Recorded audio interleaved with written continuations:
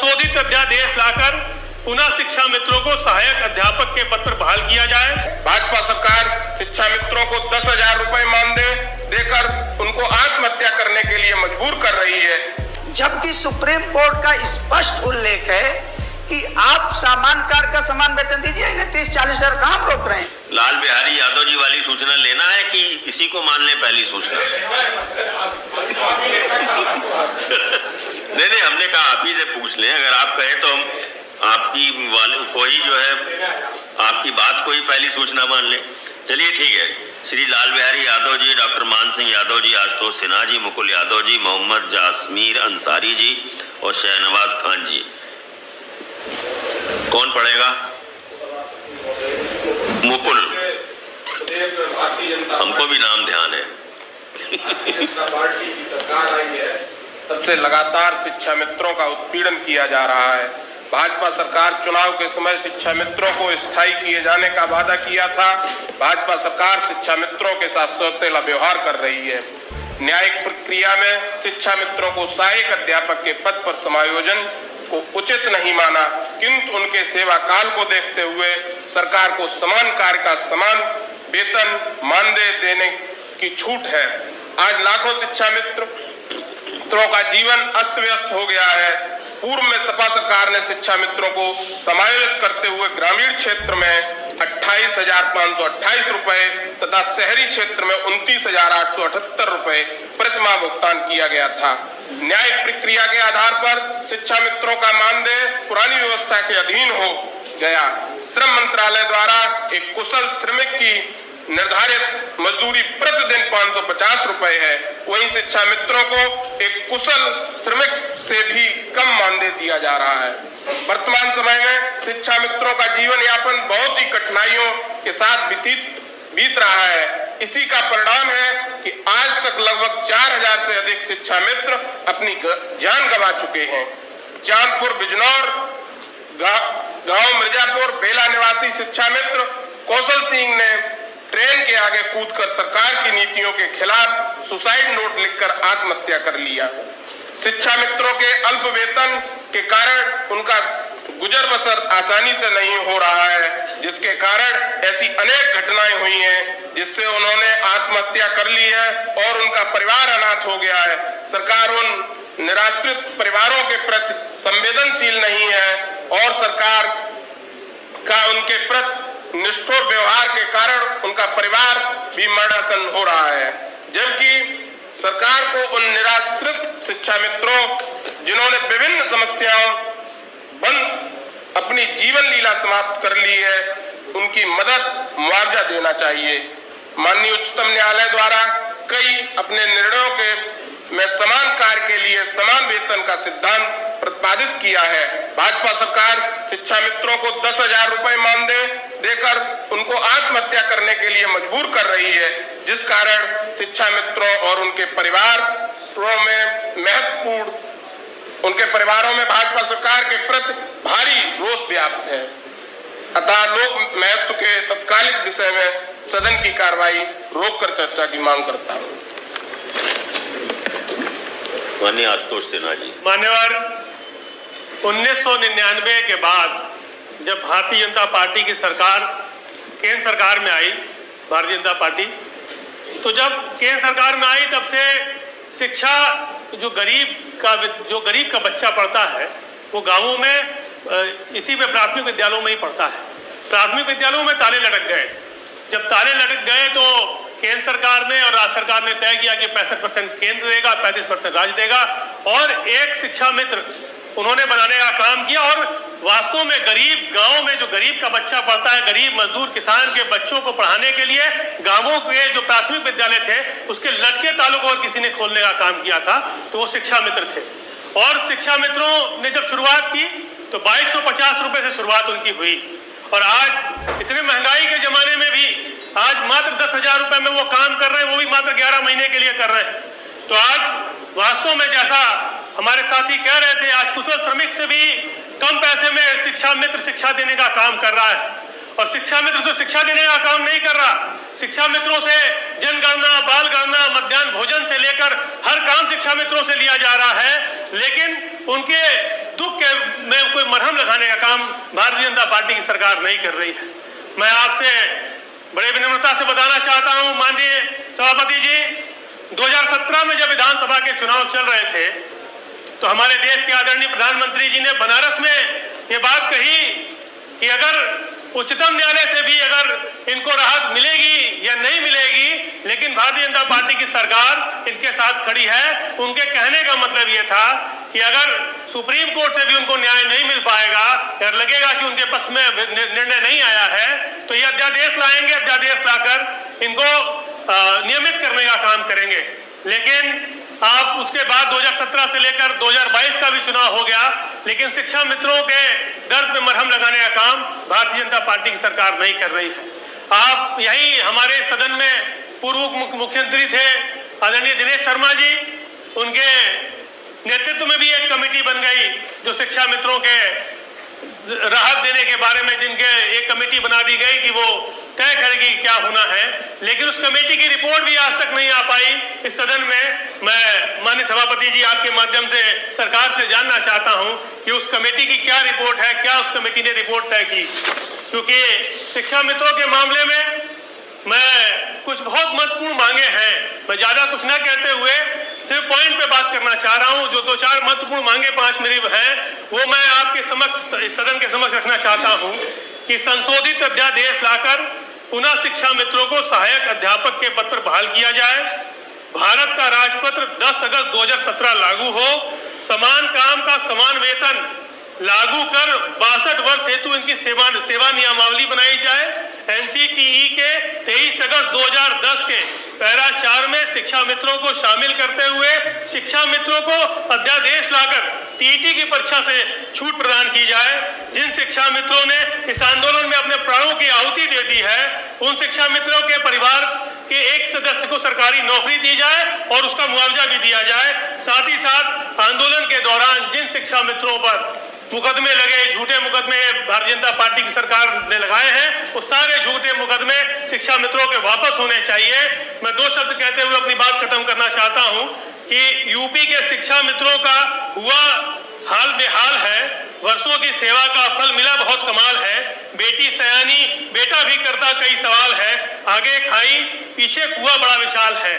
आज शिक्षा मित्रों का हाल वास्तव में बहुत बेहाल है और हमारे नेता आदरणीय अखिलेश यादव जी ने ये बात कही कि जब हमारा घोषणा पत्र जब जारी हुआ कि हमारे घोषणा पत्र में भी ये बात थी कि जब शिक्षा हमारी सरकार बनेगी तो शिक्षा मित्रों को सम्मान मिलेगा, उनको नियमित करने का काम किया जाएगा। इस जनहित के सुनिश्चित विषय पर मैं सदन का ध्यान आकृष्ट कराते हुए इस पर चर्चा कराने की मांग करता हूँ। अब माननीय डॉक्टर मान सिंह जी, 2 लोग बोलते हैं, कितने लोग बोलेंगे? अब लाल बिहारी जी नहीं बोलेंगे? अच्छा ठीक है, बोलिए डॉक्टर मान सिंह जी, बोलिए। माननीय सभापति महोदय जी, यह बहुत ही गंभीर प्रकरण है और निश्चित तौर पर जिस देश में यह कहा गया हो कि गुरु गोविंद दो खड़े और काके लागों पाए, यानी कि गुरु को भगवान के ऊपर का दर्जा दिया गया है, और आज ऐसे गुरुओं की क्या स्थिति है? क्या सरकार इतनी संवेदनहीन हो चुकी है या ये बदले की भावना में काम करना चाहती है?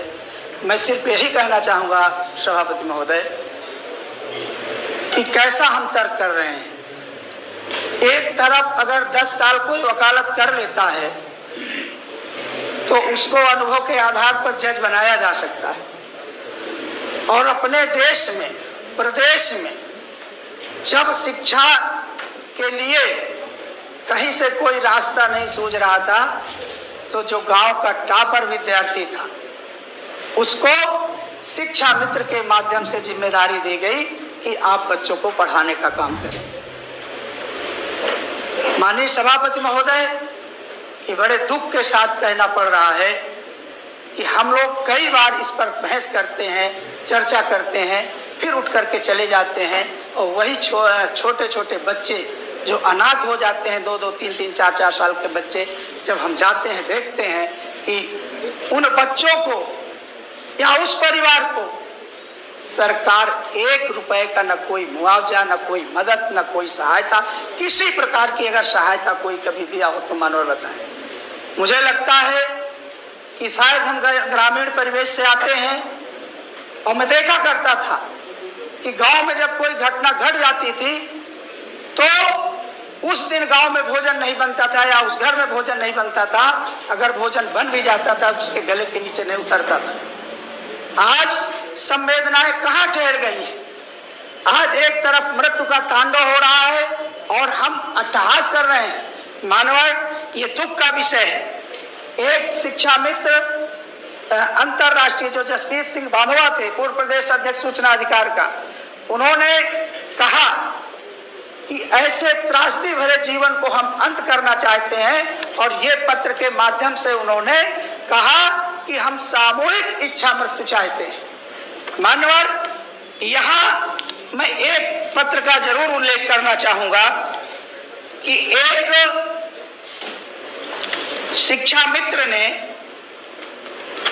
कहा कि सरकार अगर हमारे खून की प्यासी है तो मानवर ये पत्र उन्होंने, यह पत्र खून से लिख करके, अपने खून से लिख करके इस पत्र को भेजा कि अगर सरकार खून की प्यासी है तो अपने खून से हम पत्र लिख रहे हैं। मानवर, मैं जो चर्चा करना चाह रहा था, सरकार केवल, मैं अगर एक लाइन में कहूंगा तो केवल सरकार के अंदर ये कीड़ा घुस गया है कि इन शिक्षा मित्रों की समाजवादी पार्टी की सरकार ने किया है, इसलिए हम इनको कभी इनकी सहायता नहीं करेंगे।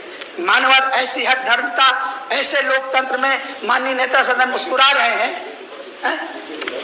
ये मीडिया बंधु अगर कहीं भी देखिए, ये खून से लिखा हुआ पत्र मेरे पास भेजा गया है। अरे हो गया, आगे बढ़िए। नहीं, आगे भी बढ़ूंगा माननीय सभापति महोदय। अगर इतनी संवेदनहीनता है, अगर इस मुद्दे को कि यहाँ एक तरफ लाशें उठ रही हैं और एक तरफ मुस्कुराहट है, तो मैं आगे भी बढ़ूंगा मानव, निश्चित तौर पर। बिल्कुल बढ़िया।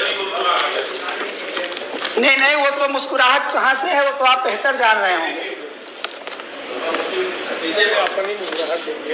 मानवर, मैं सिर्फ इतना चाहता हूं कि अगर सरकार लोकतंत्र के प्रति, समाज के प्रति और जिन गुरुओं को भगवान का दर्जा दिया गया है, अगर उनके प्रति जरा भी गंभीर है तो कम से कम सुप्रीम कोर्ट का जो एक कथन है कि यदि आप समान कार्य का समान वेतन देते हैं, ये सरकार अपनी दलील क्या देती है कि सपा ने नियम विरुद्ध कर दिया। अपनी बात मनवाने के लिए वही तर्कबागा कि नियम विरुद्ध कर दिया, जबकि सुप्रीम कोर्ट का स्पष्ट उल्लेख है कि आप समान कार्य का समान वेतन दीजिए, इन्हें 30-40 हजार काम रोक रहे हैं। माननीय सभापति महोदय, मैं एक आपको डायरी दिखाना चाहता हूं। ये डायरी है, इसमें क्रमवार जितने शिक्षा मित्रों की मृत्यु हुई है, जिन्होंने सुसाइड किया है, पूरा इसमें लिख करके पूरी डायरी भरी पड़ी है। माननीय सभापति महोदय, मैं ये चाहता हूं कि शिक्षा मित्रों के साथ इस तरीके का सौतेला व्यवहार न किया जाए, कि कम से कम उनको इतनी स्थिति उनकी सुधार दिया जाए कि जो आए दिन वो आत्महत्या कर रहे हैं, वो आत्महत्या का सिलसिला रुक जाए। या तो सरकार ये सोच करके बैठी है कि हम शिक्षा मित्रों को एक एक करके इसी तरह अवसाद के चलते उनको हम मृत्यु करने के लिए बाध्य कर देंगे। निश्चित तौर पर इस लोक महत्व के विषय पर मैं सदन की कार्रवाई रोक करके चर्चा कराने की मांग करता हूं। कौन रखेगा विषय? माननीय बेसिक शिक्षा मंत्री जी, जिसके पास सूचना होगी वही रखेगा ना विषय।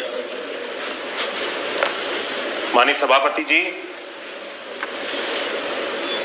अभी यहाँ पे परिषदीय विद्यालयों की माननीय सदस्य के द्वारा चर्चा की जा रही थी कि परिषदीय विद्यालय की स्थिति इस तरह से हो गई है कि परिषदीय विद्यालयों में ताले लग गए।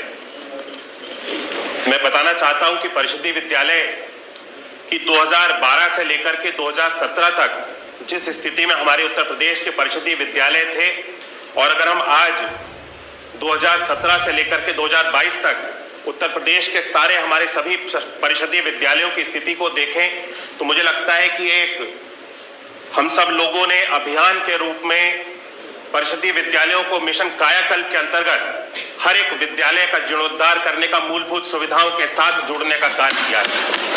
हमारे परिषदीय विद्यालयों के ऊपर से जहां बच्चों के अभिभावकों का पूरी तरह से विश्वास उठ चुका था, परिषदीय विद्यालय में ना क्लासरूम में ब्लैक बोर्ड्स की व्यवस्था थी, ना टाइल्स की सुविधा थी, ना पीने के पानी की व्यवस्था थी, ना टॉयलेट्स की सुविधा थी, कोई भी मूलभूत सुविधाएं परिषदीय विद्यालयों में प्रदेश भर की स्थिति इसी तरह से थी कि कहीं पे भी परिषदीय विद्यालयों में माननीय लाल बिहारी जी, उत्तर दे। हिंदू से तो आप भी रोज हटते हैं, हिंदू पर उत्तर नहीं देते रहता है, उस पर आप भी कभी नहीं बोलते। माननीय लाल बिहारी जी, जो बिंदु और विषय होता है ना, उस पर आप भी कभी नहीं टिकते, हमेशा आप भी बिंदु से भटक जाते हैं। आपके लोगों ने बोला भी, उन्होंने शांतिपूर्वक सुना। नहीं, जब आपके लोग बोल रहे थे तो उपलब्धियां नहीं गिनाएंगे, वो सरकार अपनी उपलब्धियां नहीं गिनाएगी। आप सरकार की, आपको सरकार नहीं, बैठिए लाल बिहारी, सरकार की आलोचना करने का अधिकार है, तो उनको अपनी उपलब्धियां गिनाने का अधिकार है। लाल बिहारी जी, जब आप बोल रहे थे तो शांतिपूर्वक सुना गया, तो अब सरकार का पक्ष भी जो है सुनने की हिम्मत रखिए। नहीं, आप बैठिए, आप बिंदु पर कब रहते हो? आप हमेशा बिंदु से भटकते हो, नहीं, आप कभी बिंदु पर नहीं रहते। सुरेश त्रिपाठी जी, माननीय आशुतोष जी ने सुन रहे हैं आप? इसलिए जवाब में ये कह रहे हैं। हाँ, माननीय मंत्री जी, माननीय सभापति जी, माननीय सदस्य जब अभी बोल रहे थे, सभी लोग एक एक करके अपना विषय रख रहे थे, तो मैं सभी लोगों की बातों को सुन रहा था और कुछ उन्हीं की बातों में से मैंने ये पॉइंट बनाए हैं कि जो उन्होंने सवाल पूछे उसी का जवाब दे रहा हूँ। एक एक करके मैं सारी चीजों का जवाब दे रहा हूँ। इसीलिए मैंने जो सरकार के द्वारा जब उन्होंने कहा कि परिषदीय विद्यालयों की ऐसी स्थिति है कि वहां पे ताले लग गए हैं और पठन पाठन का कार्य नहीं है, तो मैं अपना जवाब दे रहा कहा था ना आशुतोष जी, नहीं, आशुतोष जी, आपने भी यही कहा, आपने ये भी कहा था। तो अगर आपकी हर बात का जवाब दे रहे हैं वो, तो क्या बुराई है? 99 की बात कर रहे थे कि जिस समय शिक्षा माननीय उत्तम जी, गलत समझ गए। माननीय उत्तम जी, वो अपना पक्ष रख रहे हैं, उनका सभापति जी, उनका पक्ष वो ही रखेंगे, वो आपके कहने से अपना पक्ष नहीं रखेंगे। माननीय तो सरकार का पक्ष वो रखेंगे। माननीय सभापति जी, माननीय मंत्री बेसिक शिक्षा जो नियम 105 के अंतर्गत विषय आया, उसका विस्तार से उत्तर दे रहे थे। उनके सवाल जो भी थे वह सवाल का जवाब दे रहे थे, लेकिन जिस प्रकार से समाजवादी पार्टी का आचरण है, अगर श्री संदीप सिंह जी के बारे में ना जानते हो तो मैं सदन के माध्यम से आपको बताना चाहता हूँ, बाबूजी श्री कल्याण सिंह जी के पोते हैं, पिछड़े वर्ग से आते हैं, इसलिए आप उनका विरोध कर रहे हो।